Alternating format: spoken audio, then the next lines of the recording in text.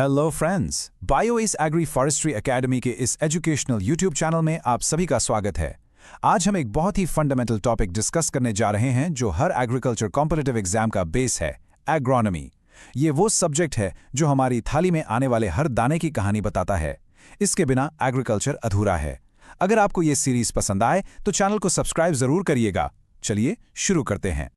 कभी सोचा है आपने, हमारा भोजन, हमारा अन्न आखिर शुरू कहाँ से होता है? किसी फैक्ट्री या सुपरमार्केट से नहीं, बल्कि एक नन्हे से बीज से जो धरती से फूटकर बाहर आता है।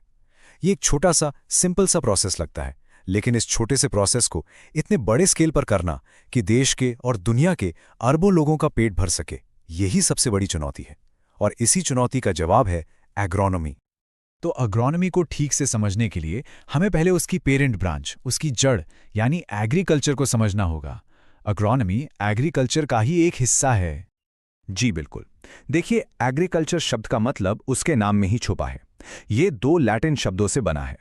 पहला है एगर, जिसका मतलब होता है सॉइल यानी मिट्टी, और दूसरा है कल्टूरा, जिसका मतलब है कल्टिवेशन यानी खेती करना।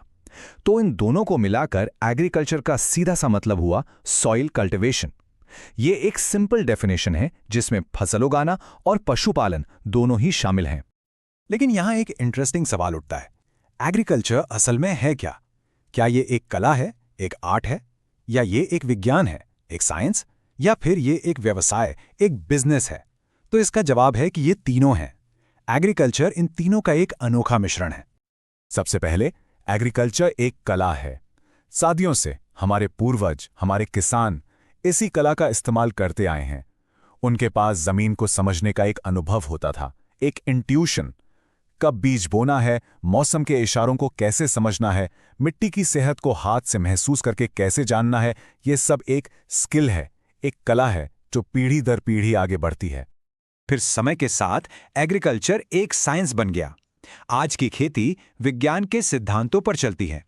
हम बात कर रहे हैं क्रॉप ब्रीडिंग की, जिससे सूखे में भी अच्छी पैदावार हो। हम बात कर रहे हैं हाई यील्ड हाइब्रिड्स की। हम बात कर रहे हैं पानी के आधुनिक प्रबंधन की, जैसे ड्रिप इरिगेशन, जिसमें पानी बूंद बूंद करके सीधे जड़ों तक पहुंचता है। ये सब साइंस ही तो है। और आखिर में, एग्रीकल्चर एक बहुत बड़ा ग्लोबल बिजनेस है। यहां मकसद होता है मैक्सिमम नेट रिटर्न पाना, यानी जमीन, मेहनत, पानी और पूंजी का सही प्रबंधन करके ज्यादा से ज्यादा मुनाफा कमाना। आज के समय में मैकेनाइजेशन यानी मशीन के इस्तेमाल ने फार्मिंग को एक हाईली एफिशिएंट उद्योग बना दिया है, जो शहरों का पेट भरने के लिए बेहद जरूरी है। तो अब जब हमने एग्रीकल्चर की बड़ी तस्वीर को समझ लिया है, चलिए अब हम इसके आत्मा, इसके दिल पर फोकस करते हैं, यानी खेत पर, द फील्ड। और यहीं पर एंट्री होती है एग्रोनॉमी की। बिल्कुल। और जैसे एग्रीकल्चर का ओरिजिन लैटिन था, वैसे ही एग्रोनॉमी शब्द ग्रीक भाषा से आया है।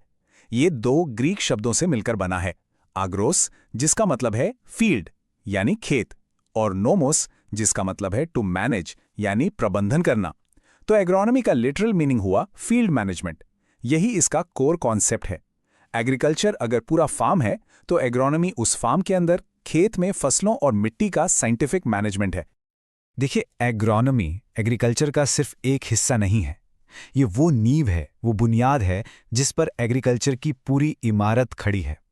इसीलिए इसे अक्सर एग्रीकल्चर की मदर ब्रांच या प्राइमरी ब्रांच भी कहा जाता है। इस बात को समझने के लिए ये कोट बहुत इंपॉर्टेंट है।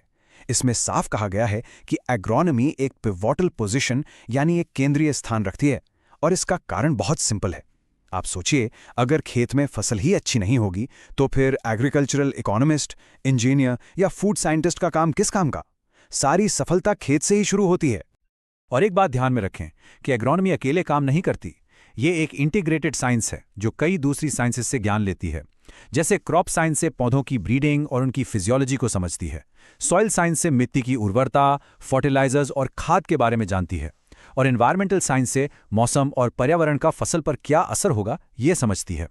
इन सभी साइंसेस का प्रैक्टिकल एप्लीकेशन ही एग्रोनॉमी है। तो अब सवाल ये है कि एक एग्रोनॉमिस्ट इन सभी साइंसेस को एक साथ इस्तेमाल कैसे करता है? इसके लिए कुछ मूल सिद्धांत हैं, कुछ बेसिक प्रिंसिपल्स हैं जिनका मकसद एक ही है, जमीन से बेहतरीन परिणाम हासिल करना। फ्रेंड्स, अगर आपको ये लेक्चर अच्छा लग रहा है तो प्लीज़ इसे लाइक और शेयर ज़रूर करें। इससे हमें और कंटेंट बनाने की प्रेरणा मिलती है।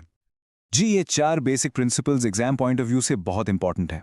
स्टेप 1 है प्लानिंग, ताकि हमारे पास जो भी संसाधन है जैसे जमीन, मजदूर और पैसा, उनका पूरा इस्तेमाल हो।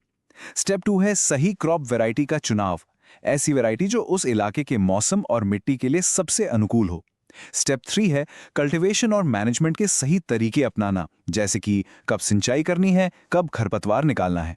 और आखिरी स्टेप 4 है सूटेबल पोस्ट हार्वेस्ट टेक्नोलॉजीज का इस्तेमाल, फसल कटने के बाद उसका सही भंडारण करना ताकि वो खराब ना हो। देखा जाए तो खेत का प्रबंधन तो इंसान हजारों सालों से कर रहा है, लेकिन एग्रोनॉमी एक फॉर्मल साइंस, एक अलग विषय के रूप में हाल ही में विकसित हुई है। 1900 से पहले इसे बस अच्छी खेती माना जाता था, कोई अलग से साइंस नहीं। पर जब बायोलॉजी और केमिस्ट्री की समझ बढ़ी तो इसे एक फॉर्मल डिसिप्लिन बनाना जरूरी हो गया। बिल्कुल, और इसमें 1908 साल बहुत महत्वपूर्ण है, जब अमेरिकन सोसाइटी ऑफ एग्रोनॉमी की स्थापना हुई। ये एक टर्निंग पॉइंट था जिसने एग्रोनॉमी को एक अलग और ज़रूरी विज्ञान के रूप में स्थापित किया। तो आज हमने खेती की कला से लेकर फील्ड मैनेजमेंट के विज्ञान तक का सफ़र देखा, लेकिन ये सब हमें एक बहुत बड़े सवाल पर लाकर खड़ा करता है। आज जब दुनिया की और खास करके हमारे देश भारत की आबादी तेजी से बढ़ रही है, तो हम एग्रोनॉमी के इन्हीं सिद्धांतों का इस्तेमाल करके कम जमीन और कम पानी में ज्यादा अनाज कैसे उगा सकते हैं, और वो भी इस तरह कि हमारी मिट्टी और पर्यावरण सुरक्षित रहे। यही आज के एग्रोनॉमिस्ट के सामने सबसे बड़ी चुनौती है। उम्मीद है आपको ये लेक्चर पसंद आया होगा। रिवीजन जरूर करिएगा, हमारे चैनल को सब्सक्राइब करना ना भूलें और बेल आइकन भी दबा दें ताकि आपको आगे के लेक्चर्स की नोटिफिकेशन मिलती रहे। धन्यवाद।